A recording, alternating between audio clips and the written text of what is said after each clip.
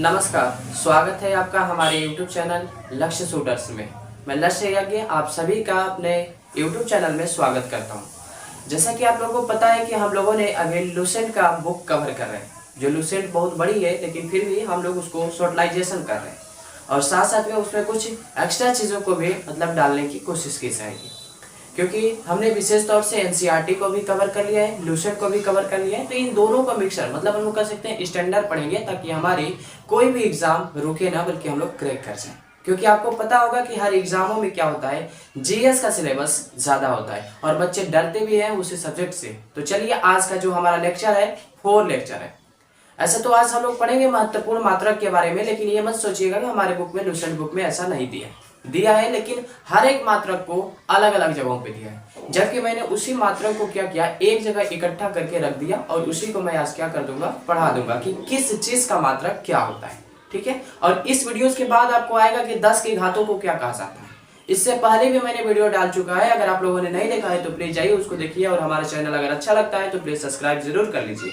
चलिए, तो आज हम लोग चलते हैं लेक्चर नंबर 4 पे और देखते हैं कि महत्वपूर्ण मात्रक में किस चीज को बताया गया है। ठीक है, तो आइए हम लोग चलते हैं ऑन द बोर्ड और उस बोर्ड के माध्यम से देखते हैं। चलिए, सबसे पहले मैंने लिखा हुआ है, यहाँ पे है हमारे महत्वपूर्ण मात्रक। अब देखिए, सबसे पहले तो बात होती है कि मात्रक का मतलब क्या होता है। हमने बताया था किसी चीज के मापन की पद्धति को ही हम लोग मात्रक कहते हैं। अर्थात अगर मैं कहूं कि आप 1 केजी आलू लाओ, अर्थात मैंने 1 केजी जो किया है वही हमारे क्या कहलाते हैं, मात्रक कहलाते हैं।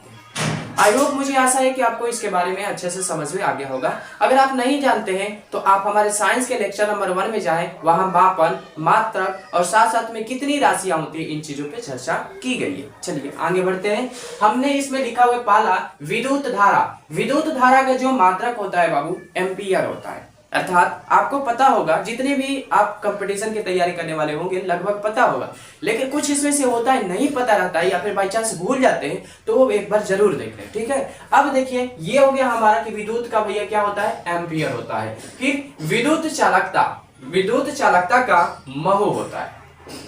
विद्युत प्रतिरोध, विद्युत प्रतिरोध का क्या होता है, ओम होता है। विद्युत प्रतिरोध की जो मात्रक होती है भैया, ओम होता है। ठीक है, विद्युत प्रतिरोध की मात्रक होगी ओम। आगे देखो, उष्मा, उष्मा का क्या होता है, कैलोरी होता है। ठीक है, आवेश, आवेश का क्या हो जाएगा, कूलाम। ये सभी इधर वाले जो बता रहा हूं मैं मात्रक है, इधर वाले जो बता रहा हूं ये सभी हमारे क्या होते हैं, आपको पता होगा कि कि ये हम लोग पढ़ते हुए इनका ये मात्रक हो गया।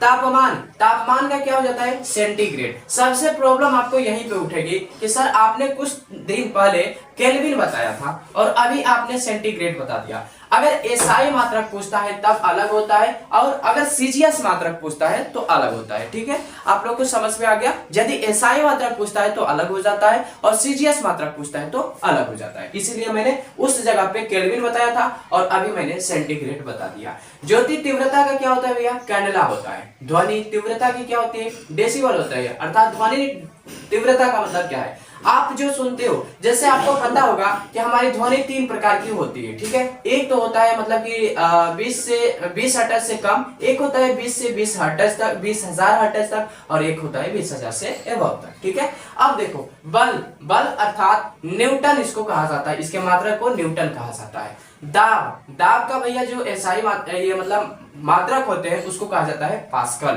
रेडियो विखंडन, रेडियो विखंडन का क्या होता है बाबू, तो क्यूरी होता है। ठीक है, ऊर्जा, ऊर्जा का क्या होता है मात्रक, कैलोरी होता है। लेंस की शक्ति का मात्रक क्या होता है, डायोप्टर होता है। नाभिकीय दूरी का फर्मी होता है। मैंने पहले ही बता चुका है कि इन फर्मी को, इस फर्मी वाले को हम लोग डिटेल से पढ़ेंगे। ठीक है, अगला आता है हमारा ज्योति फ्लक्स, यानी कि उसका हम लोग का मात्रक क्या होगा, ल्यूमेन होगा। देखिए, ऐसा नहीं कि हमारे लुसेंट बुक में ऐसे लाइन बाय लाइन दे दिया, नहीं दिया है, लेकिन हमने क्या किया है, जितने भी मात्रक होते हैं सभी मात्रकों को एक जगह इकट्ठा किया और उसी पे मैंने क्या कर दिया, एक क्लास बना दिया।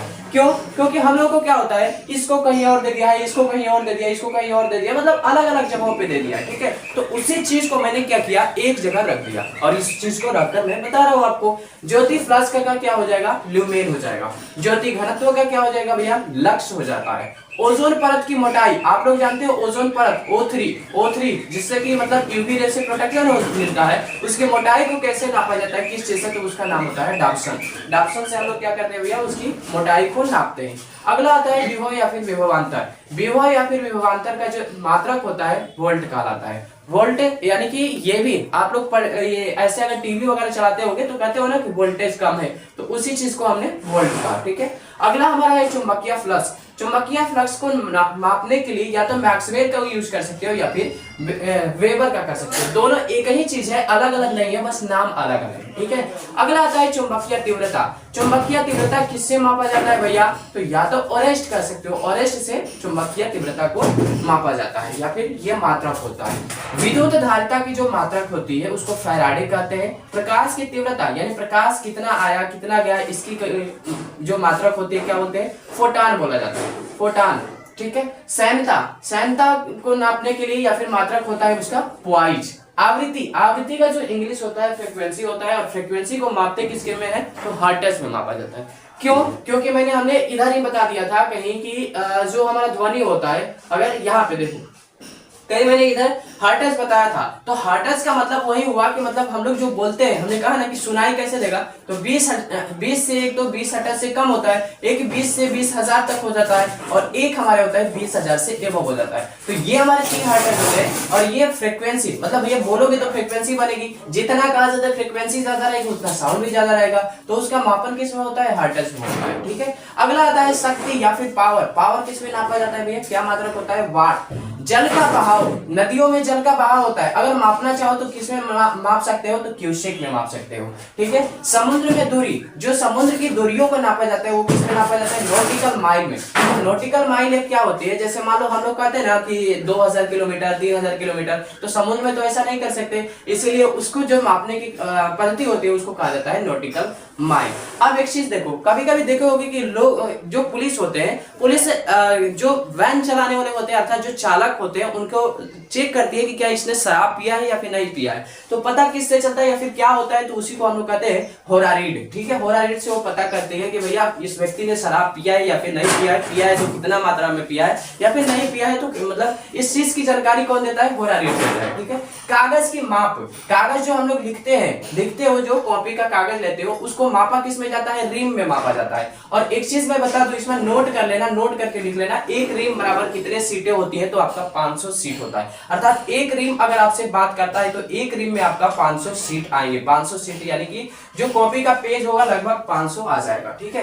अब अगला देखो यहाँ पे लिखा है समुद्र की गहराई। समुद्र की गहराई जो होती है उसको किस में माप सकते हैं, ध्यान देना, यहाँ पे मैंने दूरी कहा था और यहाँ पे गहराई कहा हुआ है। दूरी मापना हो तो नॉटिकल माइल में नापोगे, और अगर गहराई मापना हो तो किस में मापोगे, फायदा में मापोगे, ठीक है। आई होप, मुझे आशा है कि यहाँ तक आपको अच्छे से समझ में आ गया होगा। 2 पॉइंट और बचा हुए, इधर मैं समझा देता हूँ। देखो, 1 दर्जन लोग का सुने होंगे कई बार कि 1 दर्जन बोलते हैं, 1 दर्जन केला दे दो या फिर कुछ भी दे दो, तो 1 दर्जन में 12 कोई भी वस्तु 12 होगी, ठीक है। 1 दर्जन में कितनी होगी, 12 होंगी। लेकिन कभी कभी प्रश्न ये आता है कि 12 दर्जन को क्या बोला जाता है। अगर मान लो अगर कोई 12 कोई सामान लिया है तो अर्थात उसका 1 दर्जन हो गया, लेकिन मैं कह दूं कि वो 12 दर्जन लिया है, तब तुम क्या कहोगे, तो 12 दर्जन लेने का मतलब होता है 1 गुरुश लिया है, ठीक है। याद रखना, उसको कहा जाता है 1 गुरुश लिया है। 12 दर्जन अगर आता है तो उसको कहा जाता है 1 गुरुश, ठीक है। आई होप, मुझे आशा है आप लोगों को अच्छा लगा होगा। अगर अच्छा लगता है तो प्लीज हमारे वीडियोस को लाइक कर देना, हमारे चैनल को सब्सक्राइब कर देना, ताकि अगली वीडियोस फिर से टाइम पे आपके पास पहुंच सके। मिलते हैं एक नेक्स्ट वीडियोस के साथ में आपको बता दूं, कोई आपके साथ हो या ना हो, मैं लक्ष्य है कि आपके साथ हमेशा खड़ा रहूंगा। मिलते हैं एक नेक्स्ट वीडियोस के साथ, तब तक के लिए जय हिंद, जय भारत, जय बिहार।